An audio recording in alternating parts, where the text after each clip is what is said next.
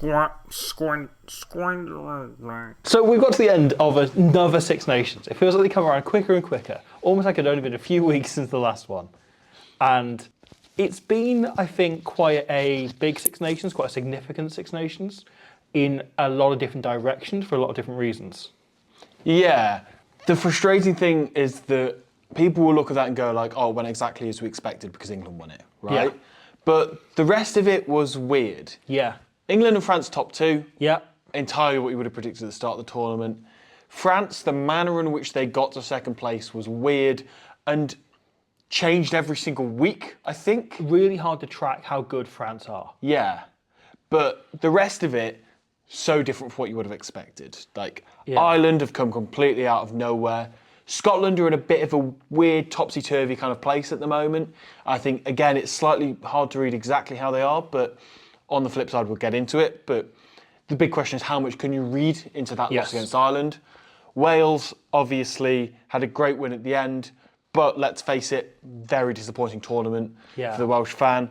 I think as a tournament as a whole, it's seen countless records broken. They didn't break a world record crowd, but they came close again. Every other nation, 5 of the other nations, broke their national record for biggest attendance for a women's rugby match. A few of them broke it several times during the tournament, which is fantastic.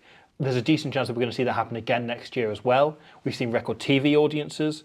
The Red Roses Grand Slam Decider was the most watched TV event in both the UK and France the weekend it aired. And that's not just for rugby, that's all of sport, For all sport, which is amazing. And again, countless times, it was the most watched rugby match of the weekend, virtually every round, which is as it should be. And this tournament has grown and grown and grown. And however, I think there's also been some things this year where it's hit some kind of teething problems.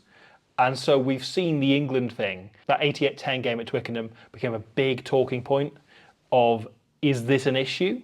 I don't think it was. And it felt to me more like a Barbarians game than a competitive kind of fixture of just watching the best women's team in the world go and run riot. Yet at the same time, you have got to remind yourself that this is a competitive tournament and we should be getting tighter test matches here.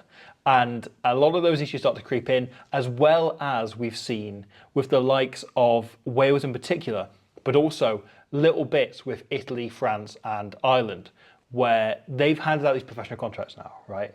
And they've gone, okay, we're professional teams now, this is brilliant. And actually, what we've been shown is it takes more than that. Is you can't just rely on the sticking plaster of giving out 20 to 30 professional contracts and going, well done, you can quit your day job, and expecting that to turn them into a brilliant team overnight, turn them into Red Roses overnight. That is the bare minimum, what they've done there, essentially. A few years ago, it was something miraculous that you never could have expected. But now, the goalpost has shifted. That's what you have to expect is the bare minimum. For Wales, for Ireland and for Scotland in particular, as kind of the Celtic nations, a lot of their best, most senior players playing in the PWR in England, a lot of those are now in a position where I hope their unions will be having conversations about, let's set up, for example, some regions or provinces that are semi-pro. Let's look at Edinburgh and Glasgow being proper full-time semi-pro teams. The Celtic Challenge has announced recently that they're looking to double the amount of fixtures, so they're going to be home and away, a proper full-on league structure with a playoff and a final, which is brilliant, that's superb. I think that's exactly what all of those teams need. But what they do need on top of that is the resources, is the facilities to play at, as I say, even not fully professional, at least semi-pro level. We had 8 players from that Celtic Challenge win their first caps this tournament, 5 of them from Wales. It is bridging that gap so you can see more clearly which of those players are up to that standard. You look at, for example, with Scotland, they took a bit of a punt in round 1 on Alex Stewart as somebody who has played really well in the Celtic Challenge, but you don't know if absolutely dominating at that level, Wales, much the same with Sian Jones, how well does that then translate to you're in the Six Nations, you're playing against England, you're playing against world-class players. It turns out, for Alex Stewart, pretty bloody well. I think, look, in order to dig into this, let's go nation by nation. And let's start with Scotland. Because I think for most of the tournament, it felt like they were going to be the story. They were going to be the big breakthrough team. Especially after round 1. Kicked on and pushed on and became the side we all want to talk about. And then Ireland happened to them right at the death. So we'll get on to Ireland. But I think Scotland felt like the story for so long. And they felt like the team you wanted to talk about and celebrate in the way Wales were a couple of years ago, in the way Italy have been in past, and in the way Ireland were pre-professionalism. So I kind of slightly posed the question earlier about that loss to Ireland away. Yeah. Now, there's two sides to this. One, Scotland will be absolutely crushed by that. So they should be very disappointed that they didn't do the thing that they seem to just be mastering in closing out games. However, it was an extremely good Irish performance. They did really well to just dig in and claw that back. How much do you think for them as a team, the wider picture for Scotland, as they go into WXV and further than the World Cup, how much do you think they can read into a result like that? I think they can read more into performances like the win in Italy and the first win in Cardiff in 20 years. I think those results mean more to them than one game where they slipped up in the last play. What we saw with Scotland was them remaining in those games, remaining in that fight and keeping that fight with them right up until the end against England, right? And I think there's something in, they probably changed their team less than anyone else in the Six Nations. They were playing broadly the same 15 every week. You had a couple of players who were coming in and out, but they were generally, the players that were coming in and making starts the following week were the players that were playing the most minutes off the bench as well. Right, so you had Ellis Martin and Chloe Raleigh coming in various points of the tournament, and I think that brings with it a level of physical and mental fatigue. And I think Scotland didn't look tired in that last game, but I felt like there was a level of kind of mental fatigue with them. Yeah. And they'd been through a lot in that journey. And the one difference between the men's and women's Six Nations is you don't get a second break week, right? And you can justify that by saying the impact on the body isn't as great in pure, miles per hour and force and whiplash and everything. But the mental load you then receive is even greater. And especially when a lot of these players hadn't played at that intensity. And PWR is nothing compared to the level of scrutiny and tension you get on you during the Women's Six Nations. Yeah. And I feel like there was a level of kind of, it's not quite burnout, but Scotland looked like they weren't quite themselves in that last game. And I think if they played that exact fixture, that exact game, with Ireland having the exact same performance 2 weeks earlier, they win it. Yeah. They didn't have the kind of momentum and belief of it being a Grand Slam decider or something. There was pressure on it. They'd seen how well Ireland played against Wales. It's the thing you've got to learn as professionals, right? Yeah. And I think there's an interesting stage we're in with women's rugby right now, in that it is very reflective of when the men's game went professional in the late 90s and early noughties. A lot of the nations, aside from New Zealand and England, just gave out contracts. Wales, Scotland, Romania even, all of these teams handed out contracts to all their best players. And because of the budget differential, that included a lot of the best club players as well as the national team players, which isn't a stage women's rugby's got to yet, and hopefully will in the coming years. However, what we then saw in New Zealand and particularly England was that they approached it, instead of going, we're professionals because we're being paid, but we're professionals, therefore we shall approach it like this, right? And England win that 2003 World Cup off the back of basically being the most professional team in the world. They weren't the most talented side in the world, they weren't the best group of players, but they were the best prepared, they were the best coached. Best organised. Best organised. They were the team that got close to the ceiling, Yeah. right? And what we're seeing is England are doing that at the minute, and they are so much more professional. And you look at their behind-the-scenes stuff, right? And the level of access, the level of scrutiny, the level of coaching, the way they're breaking down the game is so far ahead of the others. Yeah. And Scotland, at the minute, in the time since they were given their professional contracts, they have become physically brilliant professional rugby players. They've become skill-wise brilliant professional rugby players, but mentally they're still adapting to it. Yeah. Right. But I feel like this is an experience, this whole Six Nations is something Scotland got to learn from. And I think they will massively. And you probably looked at the Six Nations as, okay, they've learned over the last few years, and this is the one where they kick on and they become third. And actually, it's just another learning step. Yeah. And since Brian Easton's come in, Scotland have got better every single year. Yeah. They've just kept improving. And that's what you want from a coach, right? Some people look at a coach and they want like immediate success, they want immediate turnaround, whatever. Really, the goal of a coach is to make the team better. And Easton has made his Scotland team better every single campaign in charge. Do you think there's a slight worry that they're looking to go to WXV2 again? That at the end of the year review, they might look at it and go, we're in the same place that we were in last year. But also you've got to look at it on a scale of performance and building towards a World Cup. Yeah. And building towards eventually lowering that gap. They got closer to France than anyone else, and other than England, obviously. And they were as close to England as they've ever been certainly in recent history.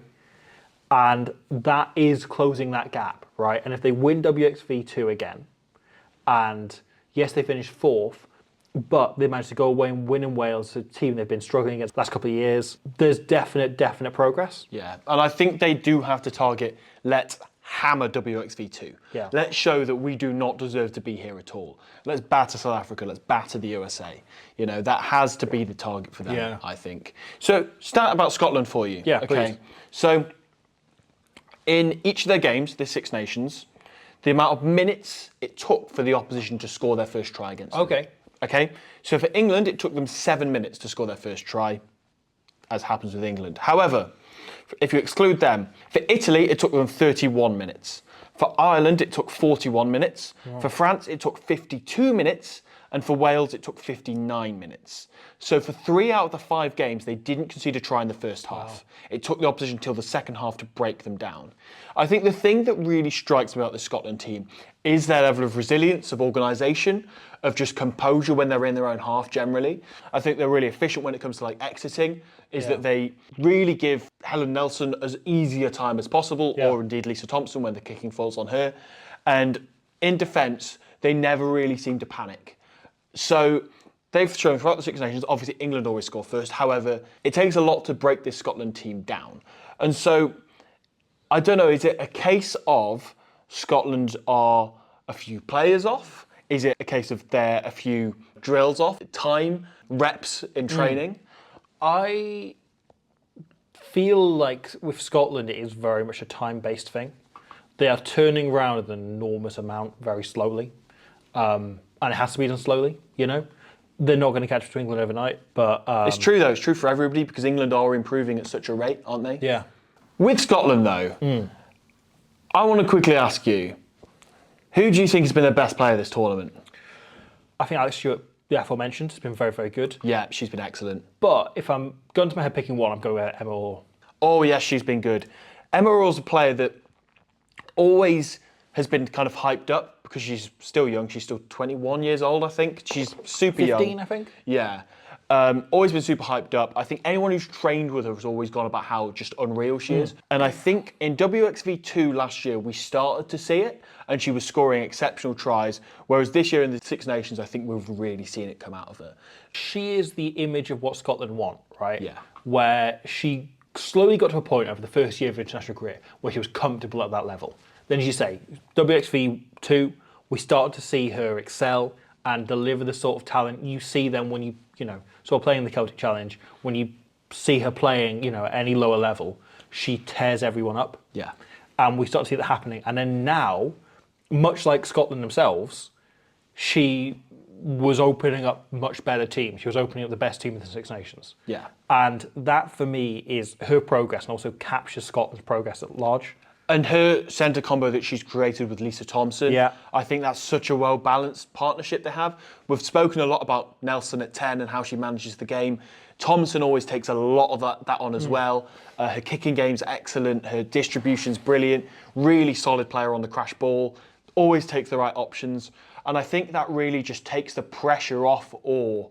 That she can just look at the game in front of her and just play what's really natural to her. But when you've got Orr, you've potentially got Rolly at fullback, you've got the wingers in Grant, you've got McGee, you've got Lloyd.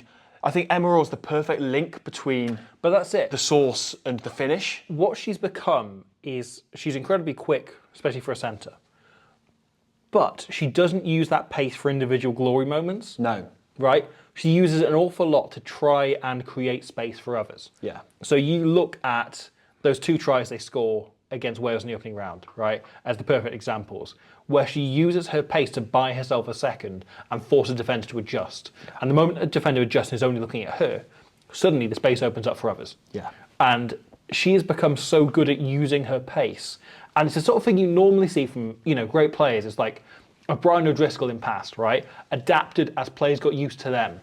Instead, Emma Orr has done it the other way around, where they've seen how defences work and adapted her game to that early, rather than adapting back afterwards. I think, ironically, the best example of that, exactly what you're saying, is the one she scores against Italy. Yeah. Where Scotland go 2 passes away from contact on turnover ball. Lisa Thompson, eyes up, potential space in the backfield, but Aramuzzo is really reluctant because she can see the pace out wide. She can see that Orr and Grant are unmarked out on the wing. And because Muzzo is thinking about covering that, Thompson kicks it on the front foot. By the time Muzzo's back there, she only has time to flop on the ball with Grant all over her, contesting the breakdown. Ostuni Manuzzi comes in to clear her out. Ball spills out. Emma Orr's used that pace to follow up the defence, make sure that there's another threat there. She can gather that ball, pick it up, go and score herself. It's, as you say, that work rate, that speed off the ball is very unflashy, and then because a ball happens to spill out of a breakdown, because she and Grant have worked so hard to follow up Thompson's kick, that they deserve a try from that. Yeah, and it is that work rate is the stand-up feature for Scotland, is they work harder than any other team in this tournament. Yeah. So I asked you earlier who you thought was the player of the tournament for Scotland. I think Orr's a great shout, but I'm going to go with Evie Gallagher. Fair enough. She has been outstanding. Her carrying game, her defensive game, just all around the park. And considering they don't have Jade Conqueror-Roberts at the moment, you're now wondering how on earth she gets back into that team. Yeah. Which is an enormous compliment to Gallagher. She never really wastes her energy. I think she works smart rather than working hard. There's a great example here where Ireland go for a 1-3-2-2 attacking shape. They load 3 players into that first breakdown. They go for another carry through Monaghan, which is a perfectly good carry, and then they go to Brittany Hogan. And Hogan has no outside tip player here, so she just runs at Emma Orr thinking, I can potentially run over her, I'm a forward, she's a back. But Gallagher looks at this and goes, no, you've got no outside tip, so you're not going to pass the ball. I can just load all of my energy onto you. So she goes in, holds her up, wraps up the ball the entire time. Hogan's constantly trying to think about how I can offload this ball. She has no option whatsoever. Scotland win the turnover. And stuff like that is just what makes Gallagher such a good player. And she's worked really well with Rachel Malcolm and Alex Stewart. It's a really solid unit in the back row there. And I can just see them kicking on another level from here. Yeah, you've got to hope. You've got to hope. So, do we want to move on? Yes. I think Ireland's the next natural point. Yeah. Because, yeah, we look at that game, Scotland v Ireland. You discussed it as Ireland's best performance in the Six Nations. Yeah. Obviously, the Wales game was pretty damn good. That's true. I think there's a big difference there because Wales were playing poorly and Ireland were playing well, right? So those two things missing, obviously one thing's always going to win. I think the two are codependent. I think Scotland were playing well and Ireland were playing well, right? And they won a game against a team playing well. I think there's a level in that performance against Wales, which was fantastic and they were great, in which they frustrated Wales to a point in which Wales became worse than they already were. Yeah. Right. Scotland were mentally strong enough to get through that and then not quite enough to kick on and win it, perhaps. Yeah. Right. So Ireland's biggest strength of the Six Nations has been their kicking. Yes. They have been other than England and maybe France, the best kicking team in the tournament. Agreed. Dana O'Brien has been superb at 10, I think, especially from a kicking perspective. And I think the rest of her game has grown up as she's gone on. And obviously she's incredibly young. I think she's 20. 13? Yes. What we've seen is a general all-round attacking game that's got better game on game, but a kicking game that was already at test standard when she arrived here. Absolutely agreed. I think when they went with Fowley at the start of the tournament, that seemed like it made sense at the time. And then suddenly against Wales, she just morphs into Handré Pollard for some reason. For instance, there's this moment here where she sets up a little carry in midfield, and then as the ball is being carried, she just looks up, scans back on the blind side. Jazz Joyce is very slightly out of position, gets back, gets really deep, calls for the ball back on the blind side from Riley, absolutely slams it over the top of Joyce's head. Ball bounces to Flaky George, who slightly slices a kick. Ireland get 40-metre net gain out of it. Far from, at the moment, the complete all-rounder at 10, but at the moment, her kicking game is so good that makes it so hard to defend. Well, Jessie Chimulia was named World Player of the Decade a few years ago, right? Because, largely, she changed the game completely by being the best kicking player in the world, right? She was the best at covering kicks and the best at kicking in return. And it was so overpowered a skill that she was named the most valuable player of the decade. Yeah. And what we're seeing here is a player with the opportunity to create that chance for Ireland. And so much of their attacking play is coming off the kicking front foot that she's giving them. in that she's both kicking on the front foot incredibly well. She's got a real knack for knowing when to kick, but also the position she's creating by being able to, kick when perhaps things aren't working and then respond and build out. It's an incredibly intelligent all-round game. And we saw it the entire way through the tournament. So obviously the England game we can kind of discard, pretend it didn't happen. But even against France, we saw her kicking incredibly well to create front foot momentum and create front foot ball and create chances for Ireland to attack. Indeed, their opening try comes off her having kicked the ball smartly from a midfield position and eventually regather and disorganise the French defence. That is not what I expected Scott Beaman will bring to this Irish team. I expected that it would be a much more kind of free-flowing attacking style of rugby. But I think you're right. They've gone with their kicking game as their primary use and they're building everything else around. Yeah. Because the players have the core skills. And you look out wide, you've got Eve Higgins, you've got Bevan Parsons. You've got players who are able to finish opportunities when they arise from this. I think Katie Corrigan's try in the final round sums this up perfectly, where O'Brien spots Fran McGee's in the line. Thompson stood incredibly deep, so she just kicks it between the two of them, knowing that it's going to be a 50-50 bounce. It could go either way. And at that point, the Scottish defence is disorganising constantly. Enya Breen catches it, carries in. She makes 2 carries in there. At that point, Scotland overfold because they've had to go so far back. They're still catching their breath a little bit. McDonald tries to call some support back onto the blind side, doesn't receive it. And this is where the brain fog starts to set in after running so far.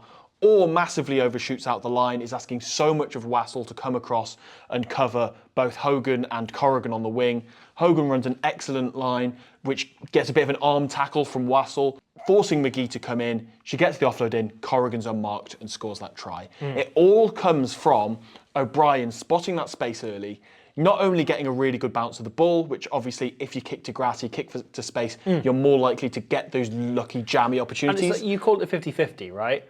Regardless, they have the field position. Exactly that. Like, it's not a bad decision even if Scotland regather it, right? Because they can then put pressure on the breakdown, as did happen earlier in the game, Like, Sam Monaghan flies off the line and causes a turnover. There are such huge positives to every single time she kicks the ball. And this comes back to the elephant in the room with Ireland, right? Which is that the IRFU have done the least to work with the women's game of any of the Six Nations teams. And yet they now find themselves third behind only the two who've done the most and are nominally so far ahead that everyone kind of ignores it and ignores, third place has become a second first. But there is an element of be careful what you wish for with Ireland, you feel, this year. Because it's been a brilliant season for them. They've come an awfully far way. And yet they lost 88-10 to England. And they now play the Black Ferns, who are an even better attacking team, who have more of a habit of putting teams to the sword than England have. They've signed themselves up to play in a tournament where they're going to have 3 games that are like that this autumn. Back to back. Back to back, which will really take it out of them.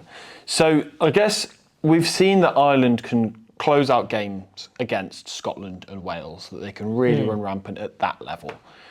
What on earth do they need to change in order to be able to just even compete? Let's forget winning. Yeah. Let's just think, compete, stay within 40, 50 points of those big 3, New Zealand, Canada and Australia. The Black Ferns game, I think they've got to treat as a write-off.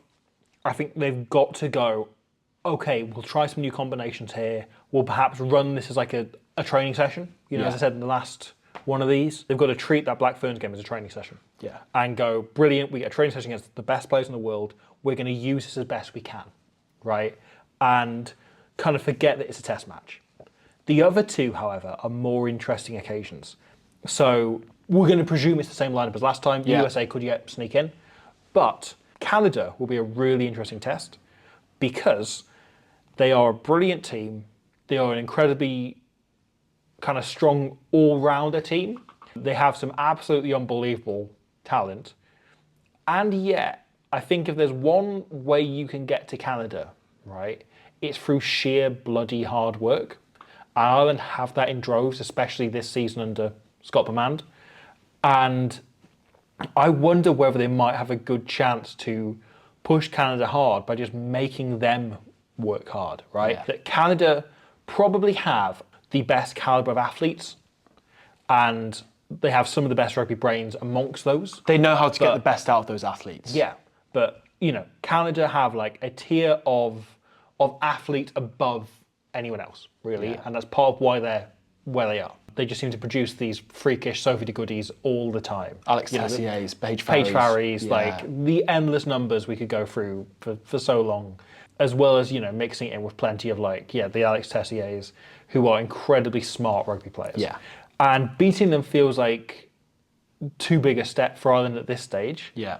But I think they can give them a better game than Wales did last year. Wales were in the agree. game for an hour, but I think Ireland are set up really well. Well, Wales is strength with a pack. Ireland is their work rate and their defence, right? And a team with a really good defence and a really good kicking game can limit Canada incredibly well. Australia then could be a worry because they're such a good attacking force. Yeah. But I think Canada's the game they target. That said, though, as I say, like Higgins, I would back to match anybody for pace. Yeah.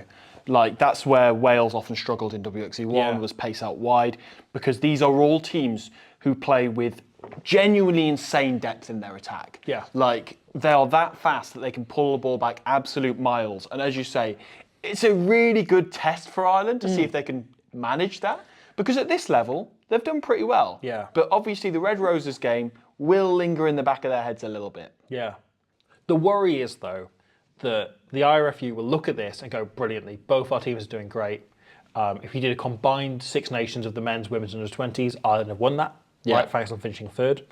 And the IRFU will go, brilliant, we're grand, we're done fine, we're done great. We'll therefore carry on as we are. Or as like Lee on the Blood and Mud podcast said the other week, that they could double their investment, but then, they're doubling 75 quid. Like, you're still not looking at that much. You worry this won't cause them to wake up. Yeah, right? yeah. And the wake-up call they got last year, they fired the coach and it worked. They got a really good coach in. And the structures underneath haven't changed. Yeah. And they have a much stronger domestic league than Wales and Scotland do, which has been to their benefit enormously. They've got some semi-pro players playing in that, which has been helpful. But it is still largely a community league. It's not at the level of the PWR. And you worry that the IRFU aren't taking this seriously. And you've got to hope we don't have enough Wales on our hands, right? Where they have a brilliant burst when they're first given this opportunity, they have a new coach come in, they have new professional contracts, and then it all kind of slides away. They can double the investment, but they can't double the number of IFA wafers on their team. They should try, though. We haven't talked about IFA Wafer. Yeah, I know. Who, Breakthrough Player of the Tournament, undoubtedly, Yeah. deserves to be nominated there. Been phenomenal. So good. She's the best non-English player in the whole Six Nations. That's high praise, but This year she has been. I won't argue with you. She might be the best non-Ellie Kildun player. The really encouraging thing about her game, right, as well, is she came to this tournament with one cap. Yeah. Right? And she was then brilliant against France. She was even better second round against Italy. She then, however, there's a few points in those first two games, I highlighted one of them, where she gets caught overworking. Yeah. And that is the best mistake a player can make. She has become so much smarter over the course of this game. Clearly, Scott Mann, brilliant coach, has done a great job alongside the sort of forward coaches and everyone else of informing her when to work and when to put herself about. And by the end of the tournament, her selection of what breakdown she's targeting had come on so far. And she really works as that edge forward, doesn't she? Yeah. And that's where she scored that try against Wales, was lingering out, waiting for the right moment and getting herself opposite Kira Bevan as a much lighter tackler. But you found her in attack, holding shape if they needed it, rather than rushing into every ruck. Yeah. And particularly in defence, she wasn't going in to compete every breakdown where she was nearby anymore. And that has been the big development, is often it takes a brilliant world-class flanker 2 or 3 years to develop that knack. And she's got it really quick. This is unbelievably high praise, right? The last flanker I remember developing it so quickly in their test career was Sam Warburton. Yeah. Who got that knack inside 5 caps. Yeah. And she's getting there. She has the potential to be one of the best players in the She world. plays all 3 back row positions at once, seemingly. Yeah. She's crazy good. Ireland have something promising on their hands. Absolutely. We're going to take their World Cup seeding rather than the Six Nations seeding. And third, talk about France. Because we're in a situation. I had a brief conversation with a friend of the channel, Claire Thomas, the other day. who mentioned that she said she felt that if France get their coaching and structures and everything right, they could do something really special at the World Cup next year, and they can kick on. And yet, my gut just says they're going to finish third again. They finished third in 7 out of 9 World Cups so far. And it very much feels like that's the way this is heading again. I don't feel like France are moving forwards or backwards. I feel France are remaining exactly where they are. And we saw Scotland look like they're closing the gap, but then Wales and Ireland weren't so much. Ireland were better than they were last year, but they still weren't close to them. And France feel like they've been exactly the same place for about 4 years now. A lot of the players are largely the same. A lot of the structures are largely the same. And yet, it's so hard. The performances are sometimes brilliant and sometimes okay. Within the same game. Yeah. Against Wales, I think they kind of cruised to a 40-0 win. They never looked like they were entirely at their best, but they were brilliant enough to finish all these fantastic tries. Much the same story with the Italy game. In that Wales game, they had 2 interception tries and 1 breakaway off a scrum feed that went wrong. Yeah. You know? Like, you're looking at... You can easily knock 21... You shouldn't, because obviously they count, but there's 21 points handed to them by Wales. Point is, there. they didn't need a 40-point performance to get a 40-point performance. Exactly, yeah. You know? And that's how good they are. They're really good to watch. Yeah. But I'm not sure how good they are generally. Yeah. Their level of talent is enormous. Some of the new names they were to bring in, or players that had a handful of caps, or players even coming back from periods out, that bet in instantly and are superb at this level. They seemingly are able to just unearth players daily. Narisa Condé standing out for me this Superb, Six Nations. superb. Unreal. Kwa I thought was great at 10 as well. Slotted in really nicely. Got them moving. She's got this energy to her where you almost don't notice that she touched the ball when a try comes. Yeah. Right? You look at France's best movements and best passages of attack, and often she will have given a great early ball or thrown a great wide pass to get it into position, and you kind of didn't notice her having had it at all.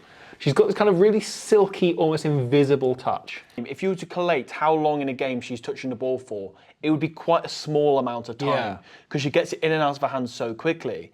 But with the players she has outside her, when you're looking at Vernier, you're looking at Condé, you're looking at Ménager, you're looking at Grisset, even Boulard, get them the ball straight away and give them as much room as possible.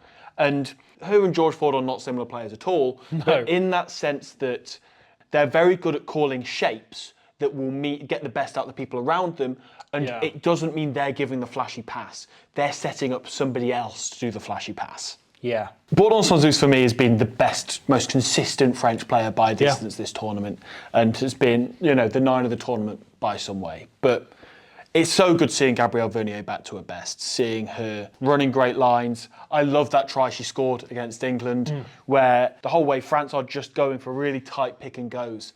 And it's actually such good advice for any kind of young inside centres or just rugby players generally.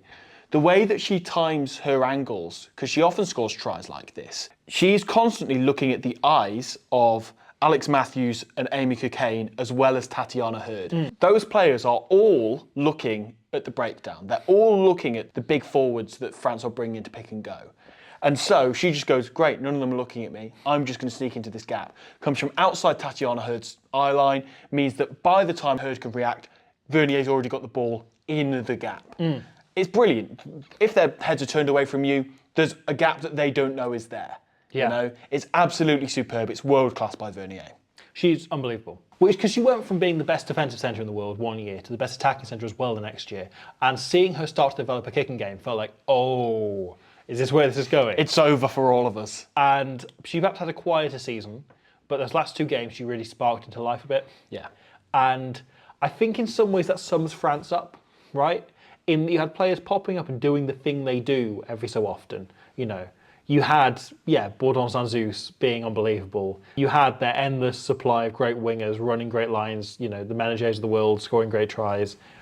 But they weren't doing them consistently enough to feel like I'm worried about them. Sure. If I was a Red Roses fan, I wouldn't have been that worried going into that final game. I think a lot of it's because they're quite early with some of the players that they've brought in. I think that Kwa, Vernier, Condé midfield, I think is really going to grow. I think playing in WXV1 is actually what those players all need. Yeah. The thing I think is interesting, though, is France in the last few years have changed coaches 3 times. And every time they've broadly felt exactly the same. I don't feel like anything's changed since the Anik Herrard days, you know? Yeah. I don't think they feel like a different team at all. They don't feel like they're getting any better, they're not getting any worse. They're just continuing as the same thing, and other teams are catching up with them. But France are just about moving far enough forward that they're never being caught quite, you know? But they haven't got that far in advance. And it feels really weird to talk about them because I don't know how, because, you know, France are the team we've talked about most on this channel, right? Like, they're the team, the women's team that have had the most videos dedicated to them over the years, because I love watching this team. And yeah, I'm now at a point where I feel like I've almost said everything I've got to say on them, you know, because they aren't changing, and maybe that's an issue, but there are plans in place to move forward with this. So the LNR, the company that runs the French Top 14, Pro Ligue 2 and Fédérale 1, are taking control next year of the Elite Féminine 1, the top division, women's division in France. They're packaging it in with the top 14 so it'll get greater exposure. It'll be broadcast more than more games shown on TV. But they're also going to look to rejuvenate this league because basically French officials came out and said our league is not as good as the PWR, right? And our men's leagues are the best in the world. Why aren't our women's? And they wanted to relaunch and launch a new league, which means that they have more than just, you know, as it is at the minute, it's the French players, it's a handful of Italians, and it's Rona Lloyd. Yeah. And that is it, really, their leagues. And so they want to launch a division that is like the top 14, but for women's rugby. Yeah. And that's probably going to take at least maybe 4 years, right? We've also got, lurking in the background here, the advent of the EPCR looking to introduce a Women's Champions Cup.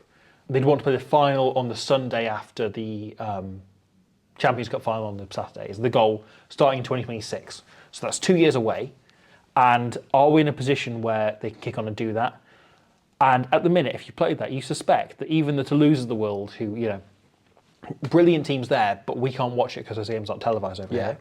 But you suspect from everything we see and from what we do see of the highlights, the Gloucester Hartburies and the Saracens of the world would be winning that consistently. Absolutely, they would. Instead of having a handful, as most of the other teams in the Six Nations have, of a few fully professional players, they have split those resources and they have a full league of semi-pros. And that has worked beautifully well because they're producing more talent than anyone else. Yeah, really. They have more depth. You know? Yeah.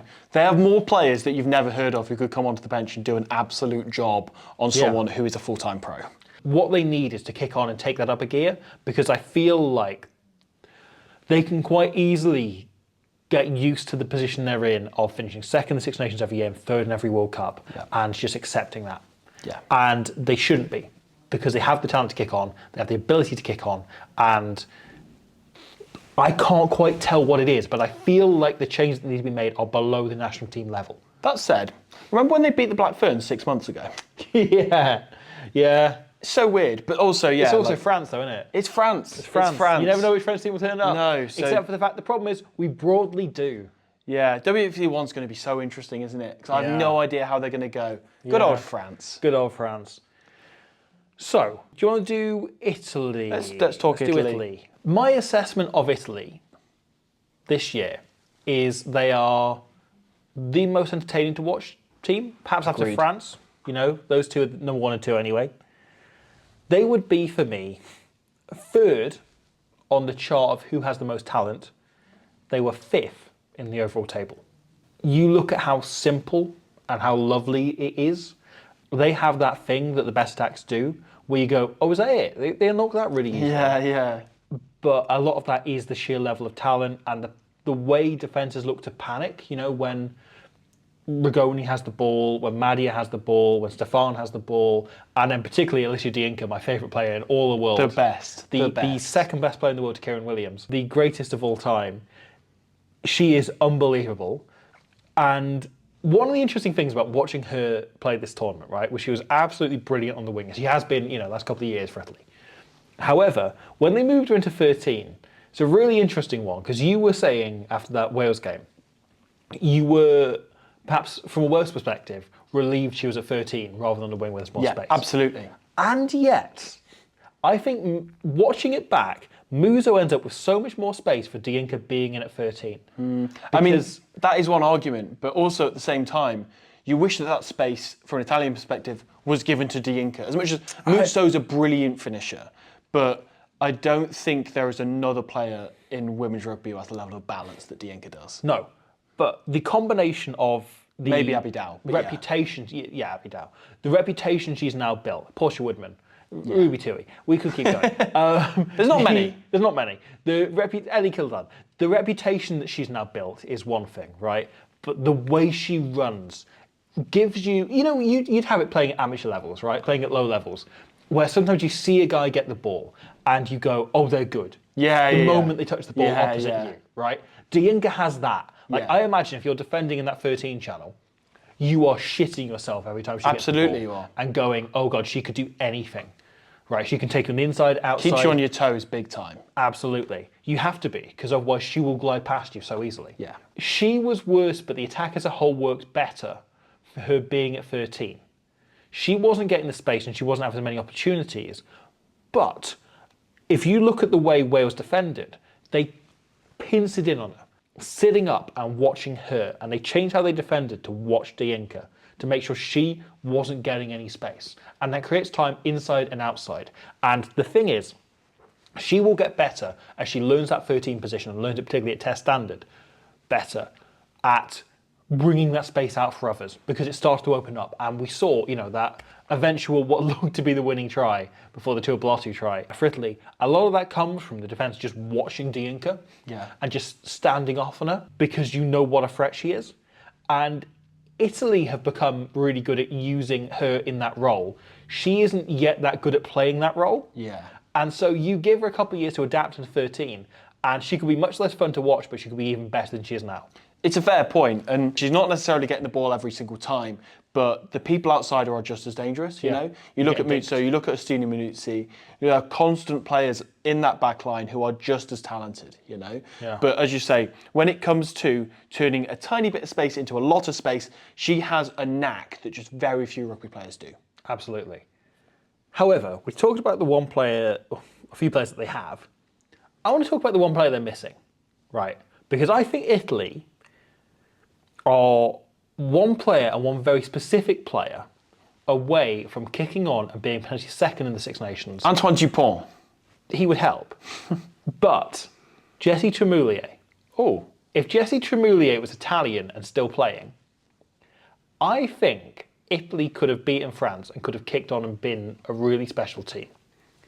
It's been a bit of an issue for them here, a bit like we're talking about with Canada, where none of their kicking options have particularly big boots, right? And it's an issue with Beatrice Erigone. It's her knowledge and knack of knowing when to kick. And there's a few against Scotland in the penultimate game in particular, where she's stabbing through really smart kicks and really intelligent kicks, but she's just not getting much distance on them. And if she had more range on her boot, Italy would be picking up massively.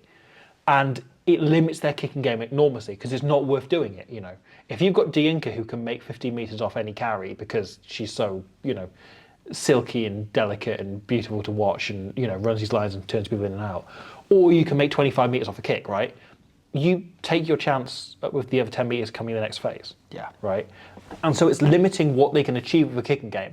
And so you've got Rigoni often spotting that space in behind, but not being able to exploit it properly because her boot isn't big enough. Yeah. And she's an incredibly smart rugby player, but that is like the one weakness, is she's got an all-round skill set, but one of those skills isn't quite at the 100% peak. And I agree with you that, you look at Veronica Madeira as well, very much the same story. Yeah. No matter how many players you have in your backfield, she will find space back there, right? But will that be 20 metres behind the defensive line or 50 metres behind the defensive line? More likely 20. Yeah. And it's one of the things, I really like Minuzzi. She's a brilliant fullback. She's great to watch. She lets a disproportionate amount of balls bounce. And she never kicks the ball back either. No. She runs everything back. 30% of the time it works and she's running the opposite direction and scoring. But the other 70% does leave Italy in trouble. Yeah, or can. Can. And we saw that, that final game against Wales. They get turned over from her trying to run something back that wasn't on. What they're missing, right, is one player who's incredibly sensible, one player with a massive boot, and one player, a fullback who covers the grass and doesn't let the ball bounce, and therefore allows them to get that counter-attack going quicker or can kick back in return, as you say, right? Jesse Tremoulier is all three of those players. They're missing three aspects in the back line for me. that can allow them to kick on. And it's completely hypothetical, you know, because like she's off living in a farm in Claremont somewhere. But yeah, they could potentially be one player off this clicking, off this working, off being able to kick on. And that's the worry. That's the disappointing thing.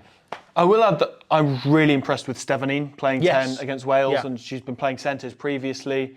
She was very much just like, we will move forward at all costs. Yes. I think that was her one like condition, her philosophy on playing 10 was just like, we will get over the gain line every single time we have a phase. However, I can't help but wonder, when the game is tied or really close, or you're a few points up with minutes to go, you're still leaving Veronica Madeira on the bench. Yeah. I can't help but question what Italy's thought process is. I don't know if she's carrying an injury going into that and they've maybe just gone, we have to stick this out. Or maybe they've gone, Stevenine has to learn how to manage these games or else she'll never kick on. I can't quite get my head around it. No. But from a Welsh perspective, you're extremely relieved that she's not going on, because at that point you're going, oh no, we're screwed. Yeah. They've got a proper like top-end international game managing 10 coming off the bench for them. I'm on record as being a huge fan of Veronica Madeira. I think she's absolutely brilliant. Yeah. But it felt like a doubling down of what they're doing, right? And in some ways, having a player who is more of that kind of inside centre mould really worked for how clean they want their attack to be. Where Maddie is much more of an out-and-out fly half who likes to control things. Yeah. Likes the ball to be in her hands and to be doing it. I guess, if anything, it was we want to play the way we want to play, you know? And it felt almost like a tactical decision to double down and we're going to look for a try to win this rather than trying to create the opportunity for, you know, Rigoni to knock over a back heel drop goal, which is no doubt how that would have gone. Like, they closed out the Ireland game, which they absolutely should have done. They didn't beat Scotland in the end, which was kind of the kicker for them. And I think, again, Wales is a really difficult one that's really hard to read into for them because it was such an emotionally charged team that they came up against.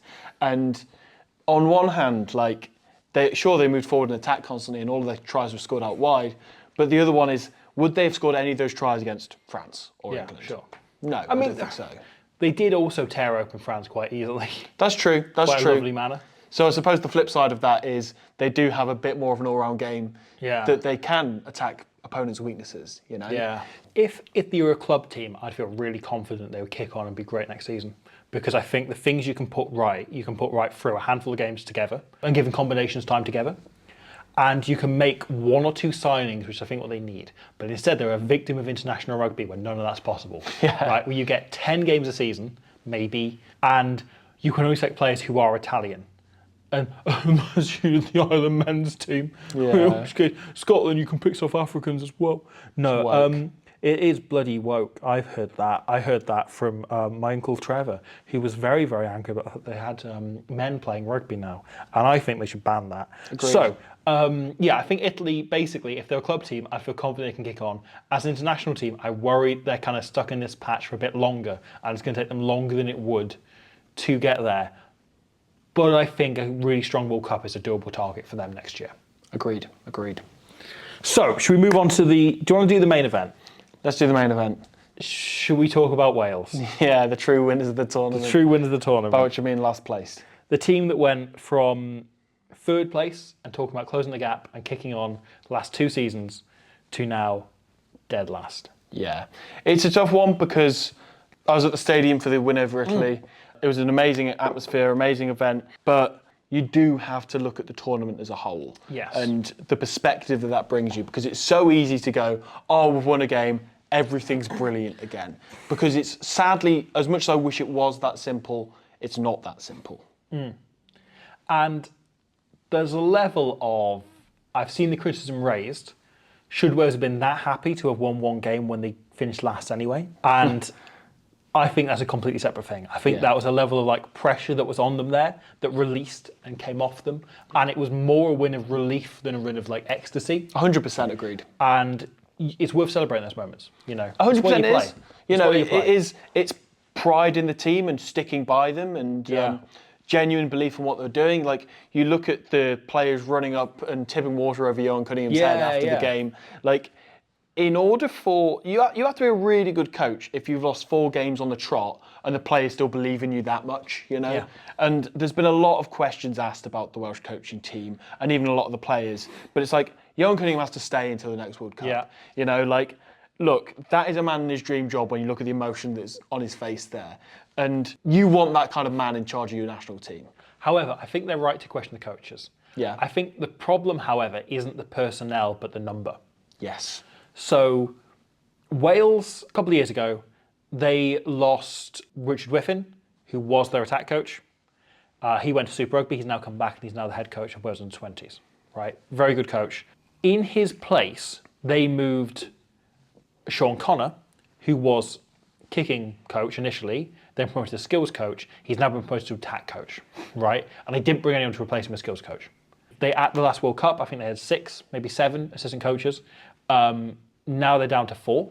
And amongst them is Sean Connor, who is a very highly rated kicking coach, was an academy level skills coach at the Dragons, working with, you know, junior teams, very good junior teams, and was like very highly rated as a junior skills coach, right? He has not worked as an attack coach before, certainly not at professional level, and that shows, right? Wales don't have a backs coach and they don't really have an attack coach because attack is being done by a skills coach. I really like Sean Connor, but he is in a very senior role now, which is a difficult thing in international rugby. I think he's been promoted into a job that isn't the natural course for him. Yeah. And what Wales need to do is move him back to being kicking and skills coach and bring in an attack coach. Or somebody that can bounce those ideas off, you know? Yeah. Because you look at Johan Cunningham, he's a forwards coach, Yeah. you know? He's not somebody who's going to really challenge Sean Connor's attacking sort of game plans and structures and stuff, which, again, isn't a bad thing. But obviously, when it's somebody in their first role of attack coach, you know, you do want somebody, and obviously we're not there, so we don't know what's going on, but that's my speculation on it. And hopefully I'm completely wrong. I think Cunningham needs someone who can challenge him a bit, Yeah. right? I think he needs to keep the head coach job. I would agree with that completely. Agreed. But I think he needs someone to, as you say, bounce ideas off, who challenges him a bit and forces the team to get better. Because I think there's a worry growing around this team, right? That Johan Cunningham loves them and loves this team and loves this, as you said, this dream job. I worry he's a bit sentimental, and there have been times which players haven't performed and they've then remained in the team regardless. It's a strength and a weakness. And for sure, yeah, sentimentality. There's a level of backing your team and there's a level of knowing sometimes when this is a problem. Yeah. And that needs questioning. And perhaps just you need to bring someone in as an assistant to help with that, because Wales' backline play has been poor this tournament. And the forwards have not been as dominant as they were when they're playing against teams who'd only just turned professional. And now everyone's had a time to catch up. Wales are not as far ahead with their pack as they have been. No. And they've still got a very good pack. But when you can't rely on that to be winning you 30, 40 metres off penalties from scrums and so on without, you know, then mauls, without making a pass, Wales could easily last season get up 70 metres without a single pass being thrown. Yeah. Right? And then they can muscle over from 5 metres. And they out. have that against Italy, right? They were winning constant scrum penalties. And suddenly Wales looked a bit more like themselves. But as you say, all Six Nations, Kira Bevan is the only back who scored a try. And that was off a quick tap. Of a quick tap. Which, don't get me wrong, came from a really good forward setup of pick and goes. However, right, the interesting thing here, there's a fundamental growing problem with Wales in their attack in particular.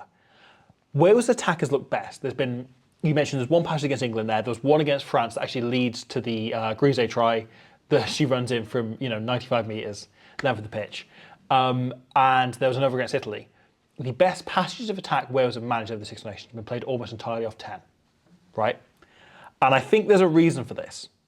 So, Alex Cuthbert on the Scrum 5 podcast made a really interesting call that he felt when he looked at, it was after the France game, the way Wales attacked in the 22 and the way they weren't able to finish, he said the issue for him was a lack of leadership, and he felt that there wasn't someone from experience of having played, right up to British and Irish Lions and World Cups and so on. Normally there is someone demanding the attack and making sure the detail is right, and I felt like Wales didn't have that. And so I went back with that in mind and looked over passages of attack, right? And normally we've just put up a video on Hodrie Pollard, and he is so good at just always barking and communicating. Yeah. Right? Flaky George is always organising her backline. However, if you go and watch these passages of Wales in the 22, very regularly, she is not really watching or paying attention as the forwards are setting. So what you're getting instead, often you'll see, you look at, Ollie Aitchison does it for England, and basically, the majority of fly halves will do it, where they'll stand We're just saying behind Kwar and Madia, Yeah. both very good at it.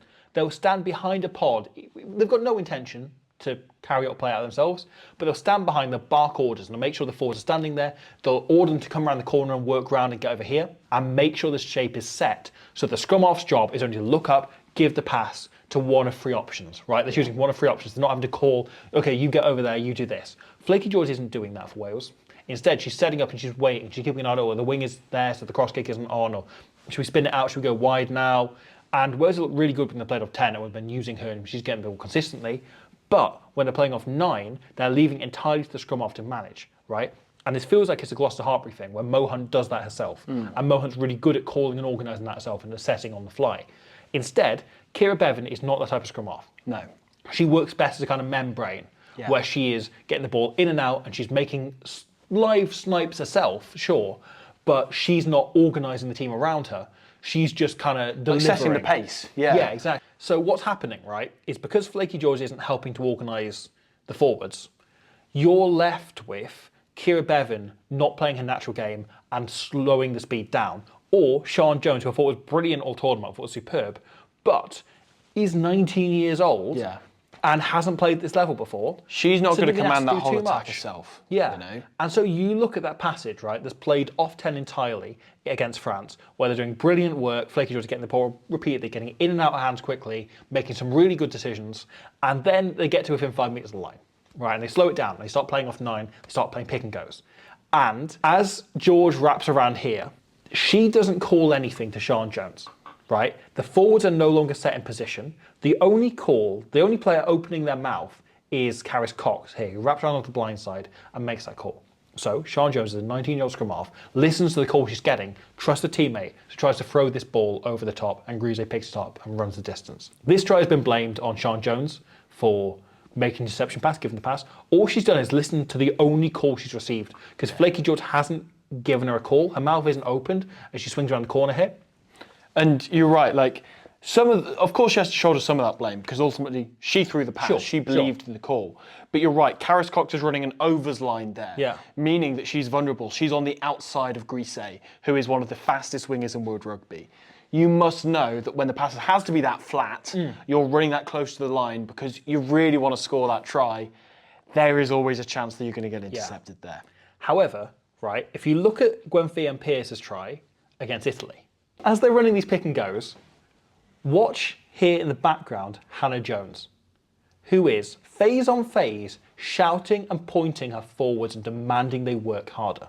And she's not calling a setting shape, she's not doing the fly-off job, but she's just demanding the standards and making that clear, right? And that leadership that hadn't been there through the tournament. Hannah Jones hadn't been doing this, Flaky George hadn't been doing this, no one had been communicating. There was a complete lack of communication, and hence joined up thinking between the backs and forwards. They felt like two very separate kind of experiences, rather than one cohesive rugby team, which you see if you look at, the Black Ferns or you look at the Red Roses, they feel like one team, right? Rather than a set forwards and a set backs. Whereas very much like a set forwards and set backs. You've got here Hannah Jones ordering and commanding her forwards around the corner and just making sure they're set in position. And all of this is having such a knock-on effect on Wales' speed of play. So they've become really easy to defend because they're slow to set. Yeah. Because they're setting the back separately to their forwards. And what they need to be doing is running an all-round more cohesive attack rather than doing, this is what we do for our forwards when we play off 9, and this is what we do for our backs when we play off 10. Yeah. And it's become a kind of chaotic nothingness in which everything looks so loose, it looks like everyone's making up on the fly, and nothing's really working. Yeah. And I also think Alex Calder made a huge impact coming in as the essentially captain. She's my captain. I think she has to be captain going forward and have you build a team around her. Definitely. She is Wales' best player. She was, for me, I think we both agree on this, Wales' player of the tournament. By a long way. I think she's been absolutely brilliant, and I think you build this team around her. And she's also a very different type of leader to Hannah Jones, in that she is fiery and she is up for it. And I said this to you the other day, right? Before that Italy game, she's the only Wales player I look at in this team, and I feel like she would tell you her ambition, her ultimate ambition in the Wales shirt is to win a World Cup. Yeah. Right? And a lot of them, Hannah Jones, if you asked her, it'd be to inspire the next generation. Alex Callender is to win a World Cup. Yeah. And do you know what inspires the next generation more than anything else? Winning a World Cup. Winning a bloody World Cup. And those are all well and good, like, inspiring the yeah. next generation is brilliant. Yeah, Right? And it's But nothing you're right. against that Hannah Jones approach. Yeah. I think Wales are at a point now where they've inspired a generation, they've inspired this group of players, be it the Sean Joneses and Gwennan Hopkins of the world, the Molly Wilkinsons of the world, who are coming through now, or be it these kids who are now turning up, getting to see the heroes at the Principality, which is amazing. What they need now is a team to kick on and go, actually, right, we've shown you can be a professional rugby player. We've shown you can play at the stadium and play at this stage and be valued as such as you are. We're now going to show you what you can achieve. I get the impression from Alex Callender every single time I watch her. She has genuine belief that she is going to beat England. Yeah. She's going to beat New Zealand.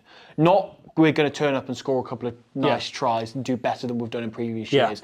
She has genuine belief that she's going to beat England, that she's going to outplay Marley Packer. Yeah. That all of these things will happen because she's that competitive an animal. And what I think really impressed me with when she was, let's face it, captain against Italy. Like, she's such a fiery and supercharged player, and yet she was really calm in a question with the referee and the way that she dealt with all of that. And that was always, because I've always loved Al-Cal and always thought she would make a great leader, a great captain. That was the one thing I kind of wondered, is like, with the discipline side, it's like how fiery she is, would that slightly take over? And completely not an issue. She seems like such a natural and versatile leader. And I think that is something that Wales is a real asset to Wales moving forward. No, she's unbelievable. She's brilliant. And you look at the Celtic Challenge, right, and expanding that out, as we talked about, and hopefully these club teams in Wales that have been talked about so much, you feel they've got to happen at this point, right? You've got the likes of Cerys Hughes, you've got the likes of Kelsey Webster, who are underneath the the Molly Reardons and so on of the world who came through in the Six Nations. You've got these players coming through and these players starting to kind of build up. And there was another recent thing mentioned by BBC Wales that Wales have the highest rate of any team in the Six Nations of girls under the age of 12 playing rugby. Wow. Of any of the Six Nations teams. And that makes a difference. That makes a huge difference, right? It's girls under 8 they're like enormously ahead of. So basically we're winning the World Cup in like 2039, is basically what you're saying. We need to, as Cunningham pointed out, we need some of those players to go and play and get meaningful game time regularly, because that is going to be an issue. Sean Jones wouldn't be playing the Six Nations if the Celtic Challenge didn't exist. And that's it, because it's all games. well and good enough saying if these players are good enough, they're old enough. But if they're not experienced enough, then they can't be good enough. Yeah. They need somewhere to go and play where they can gradually go through the ranks until eventually they're ready to play international rugby and they're given the opportunity that they will deserve at that point. Yeah. Unless you're Jonah Lomu, you're going to lead a level of experience at how you play at that level, And look, it's possible Jonah Lomu comes through for Wales next year. The reincarnation probably is about due. But it's going to take some time. Yeah. And I feel you've got to invest in a lot of these young players and blood them through. Really weird Six Nations, hopefully highlighted a lot the WE need to do better and need to do well. There are huge concerns, but that Italy game felt like a big spark of hope, as did the performances of those, particularly those big three young players, but generally a lot of the youngsters and Alex Callender, who needs to be captain going forward. Yes. Like, that isn't an opinion for me. That's like a statement of fact. That Alexander has to be Wales captain. 100% agreed. And the fact that Wales can turn that corner, the fact that it's a possibility, in a way, is all I need to know. Yeah. Because there is something coming through. But the WE do need to do way, way more than they are at the moment. Absolutely, absolutely.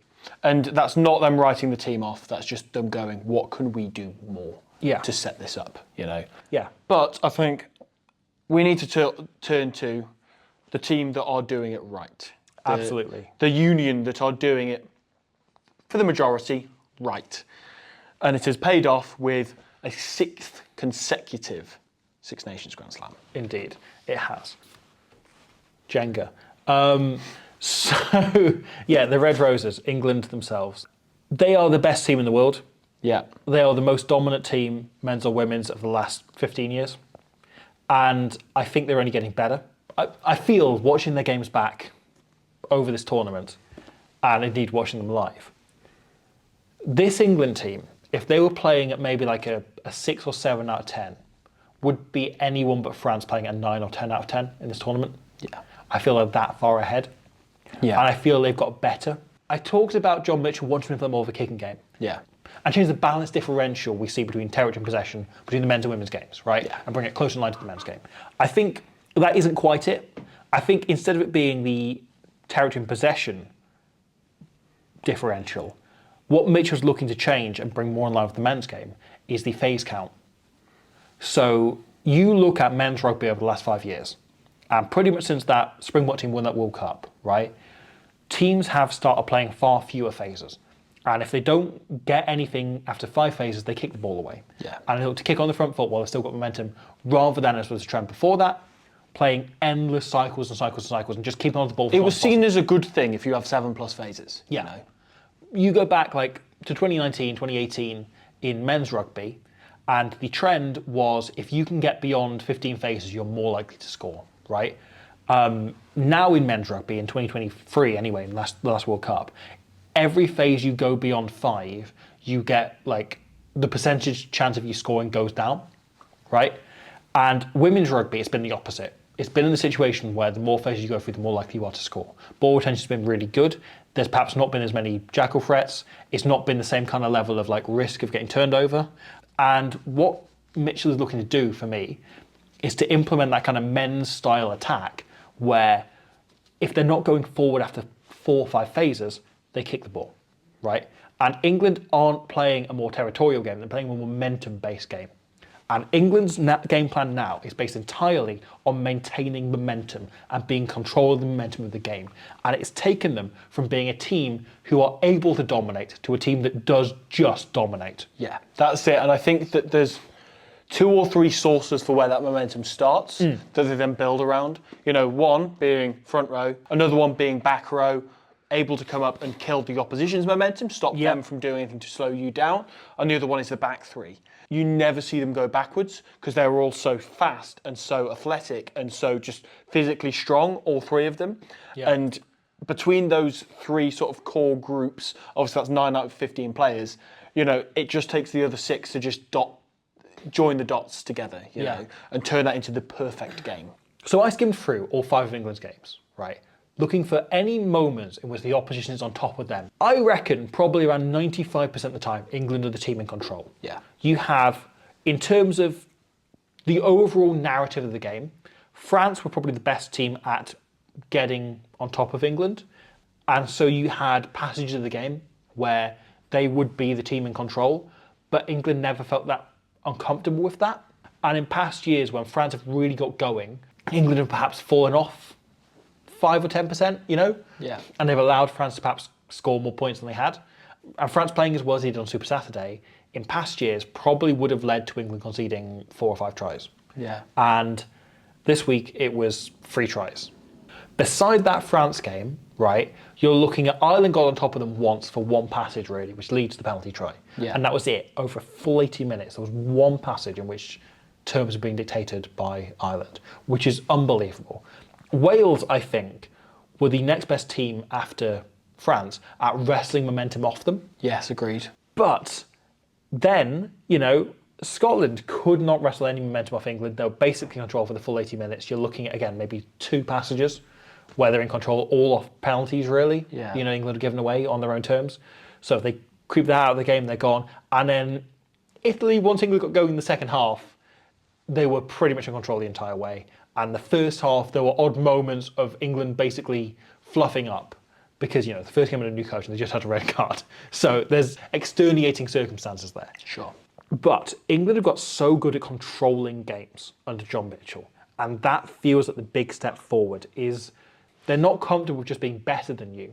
They're going to control the game and dictate everything that goes on. And the majority of the time, it's not just that they're on top, it's just how overwhelmingly they are on top. Yeah. Like, you're not just making a carry that doesn't meet the gain line, you're getting met 10 metres behind the gain line. It's that Ellie Kildone on the counter-attack, who we have to talk about, is not just gaining yardage, but is making clean line breaks that are getting the opposition in their own 22, if not scoring tries most of the time, you know? Yeah. Like, no matter where you look, no matter which players they pick, you're always in those situations where you're just getting overwhelmed. Yeah. And they've rounded out so much of their game, right? There used to be that criticism of they're too reliant on the rolling ball. And Now, obviously, you've got the Abbey Down, you've got Ellie Dunn, who we need to talk about. Yeah. But you've also got the way that Ollie Aitchison is really controlling, dictating that game. Confession, every round in the Fantasy Six Nations, I was picking Lark Atkin-Davis as like, she's going to be captain because she's going to score a hat trick. She's going to do it from rolling balls every single time, and just wasn't happening because there was scoring before they even need to get to that point. Yeah. I made Ellie Dunn, who we need to talk about, my captain pretty much from the start because I'd seen her playing in the PWR this season. Yeah. And she's been absurd. I think we need to talk about her, but she has become the best player in the world. She said she wanted to be the best player, male or female, and Swansea Pont exists. So unfortunately, she's currently having to settle for about fourth. Yeah. But she is the best women's player in the world. She's tussling with Ardi Savir for that third place spot, I think. Yeah. But yeah, we have to talk about her, don't we? Because for a while, we were both very aware of one major flaw in Ellie Kildunn's game. Maybe two, actually. One is that she didn't have a strong kicking game as a lot of fullbacks. And the other is that because of her being Ellie Kildunn, who we need to talk about, she never passed the ball. Because she's a freak and she never needed to. Well, she wanted to be the best player in the world, right? And she probably saw that as scoring the most tries. Yeah. And what she's clearly been incredibly well coached into and has matured as a player in the last year. And she's developed a really good distribution game. It's gone beyond just now passing the ball if it's a 2-on-1 into being a legit distribution threat. Yeah. She's become a all-round player. If you look at her play for Quins, she is not used in the same way that she's used for England. Yeah. She's used much more as a first receiver. She takes the restart, she takes the dropouts, she does the clearance kicks for them. She's their primary kicker and she's really bloody good at it. And then you transfer that to England where she's got Ollie Aitchison taking care of that for her. She's got Megan Jones taking care of that for her. And she's not got loads of pressure on her. She is just expressing herself and playing all the time. Yeah. And I think it was obviously she was brilliant in the W15 last year. Yeah. But she then came back, and I think it was maybe a second game back with Quins. She scored a hat-trick against Bristol. And you felt like the confidence boost she had from having a really good international period to then coming back straight into the environment and scoring try after try has led to her looking like the most high on confidence player in the world. Yeah. And it looks good on her.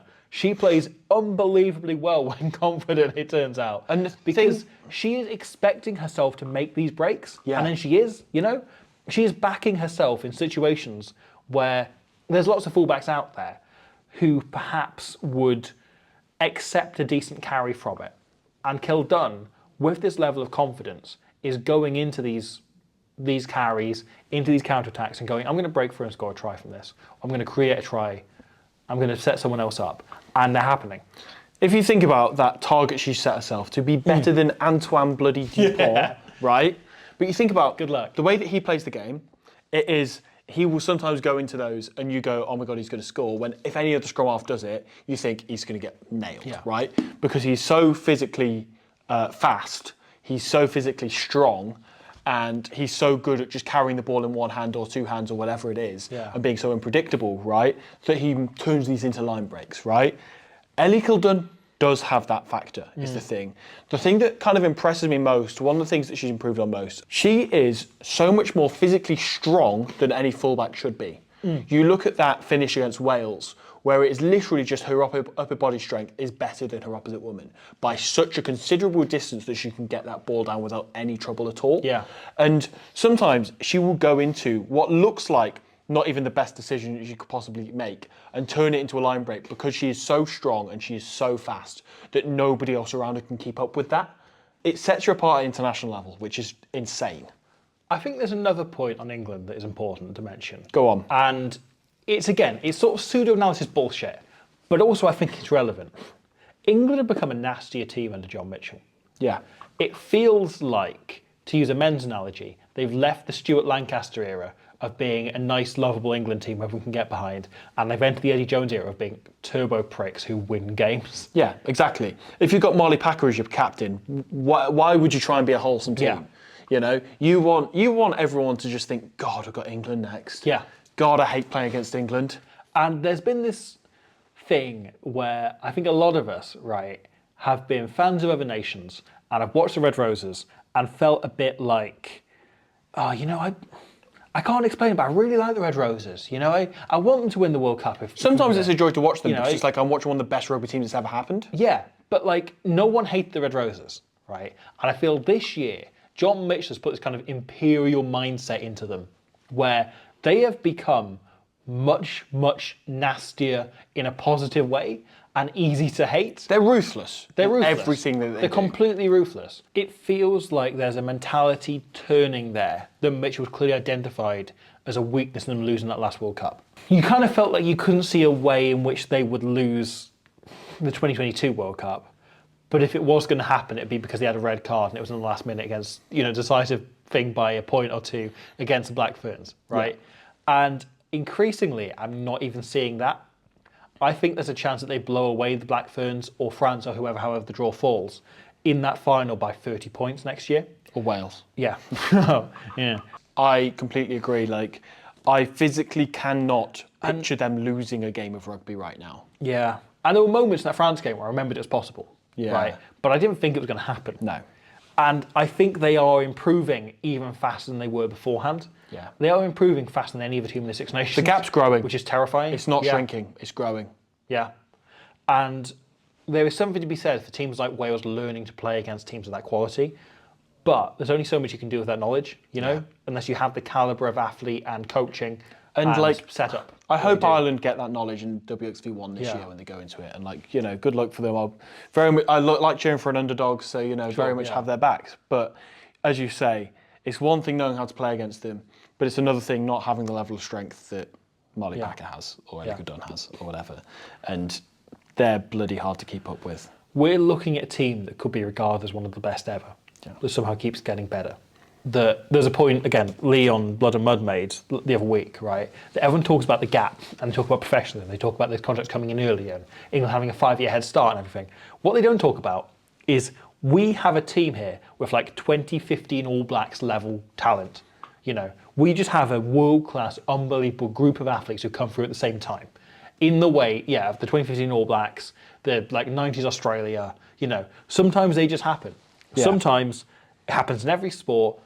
A nation or a town, a team will have one crop of players come through at once who are all phenomenal together. Like 15 plus generational talents. Yeah. And England basically have that. Yeah. And that is what won them the Six Nations as much as any other advantage they've been given. 100% agreed.